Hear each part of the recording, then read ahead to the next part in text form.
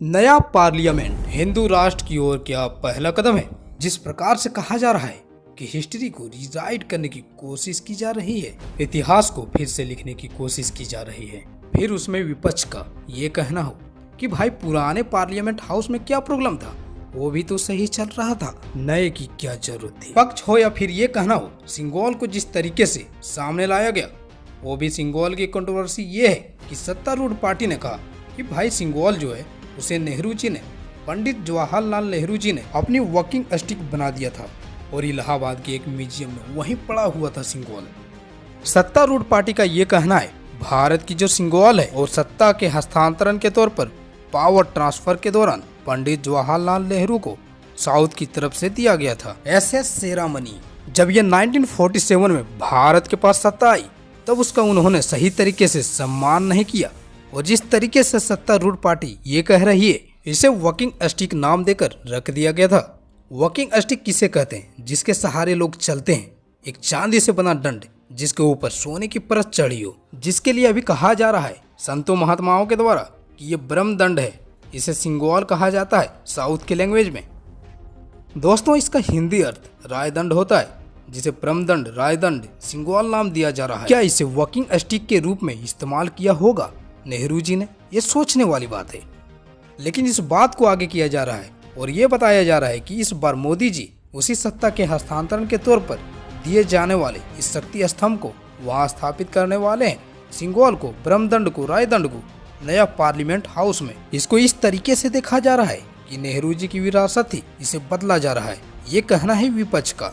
विपक्ष पहला पॉइंट ये रखती है कि भाई जो पार्लियामेंट हाउस है बनाई गई, इसका क्या जरूरत थी।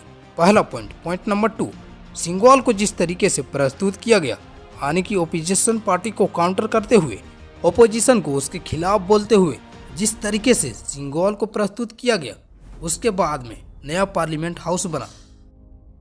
और इन दोनों पॉइंट्स के ऊपर में अब काफी सारी पार्टियां जो है वो बहिष्कार कर रही है नए पार्लियामेंट हाउस को। हम इस पर नहीं जाएंगे कि ये सही है कि गलत है, लेकिन यहाँ पर कुछ लोगों का कुछ मत है।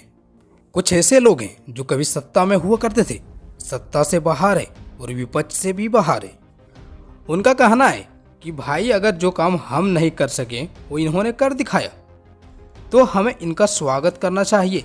ये कहने का मतलब है कुछ लोग ये कह रहे हैं कि भाई पार्लियामेंट हाउस बनाने से ज्यादा लोकतांत्रिक मर्यादा का पालन करना ज्यादा जरूरी था। राष्ट्रपति जी को बुलाया जाना चाहिए था, तभी सही होता। कुछ लोगों का कहना है जरूरत ही नहीं थी, क्यों बनाया गया।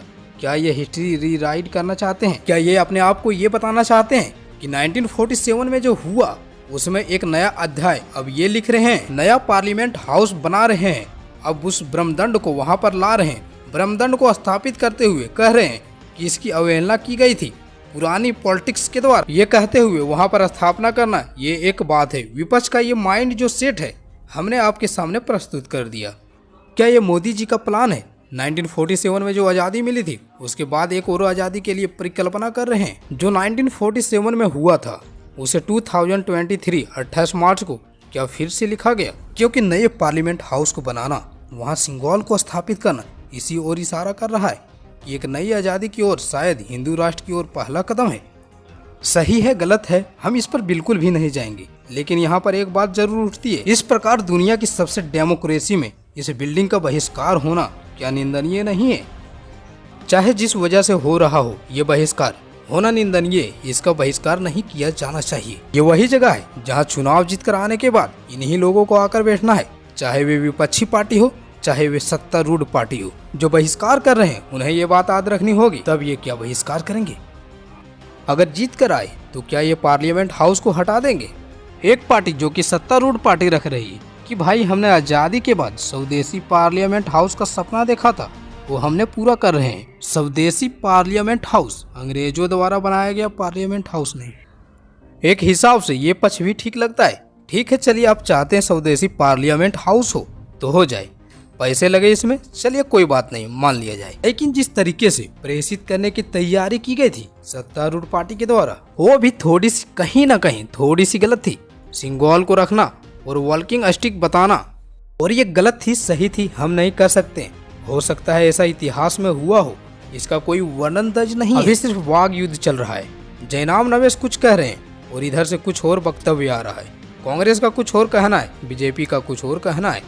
दोस्तों, क्या ये पार्लियामेंट हाउस का बनना, जिस तरीके से इसे सामने लाया गया, क्या ये सही है? क्या ऐसा नहीं होना चाहिए था? क्या ये हिंदू राष्ट्र की शुरुआत है, या फिर ऐसा देखा जाना चाहिए कि नया पार्लियामेंट हाउस का बनना था, वो पार्लियामेंट हाउस कांग्रेस नहीं बना पाई, बीजेपी ने बना दिया और उसके बाद इसका उद्घाटन हुआ। दोस्तों, आप इस मसले पर अपनी राय इस वीडियो के कमेंट सेक्शन में लिखकर जरूर बताइएगा। मिलते हैं अगली वीडियो में, तब तक के लिए दिल से धन्यवाद।